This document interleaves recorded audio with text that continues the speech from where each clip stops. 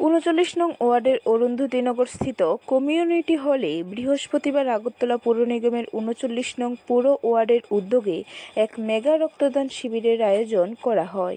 শিবিরের শুভ উদ্বোধন করেন মুখ্যমন্ত্রী ডক্টর মানিক সাহা।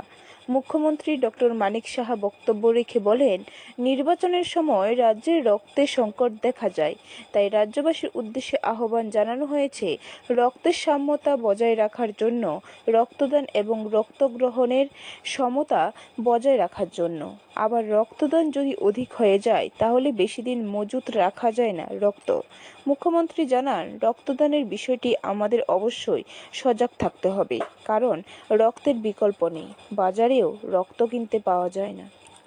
রক্তের যে সভ্যতা সেটা কিন্তু একেবারেই থাকবে না, এবং সেটা আগেও আমরা ইতিহাস যদি আমরা দেখি বারবার সেটা প্রমাণিত হয়েছে। রক্ত ছাড়া বাঁচা যায় না, আমরা সবাই জানি রক্তের খুব প্রয়োজন।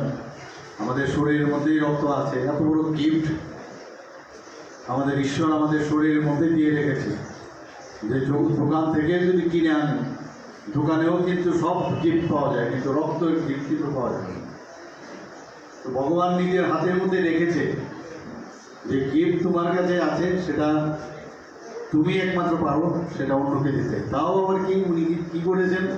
ব্যুরো রিপোর্ট, খবর ত্রিপুরা।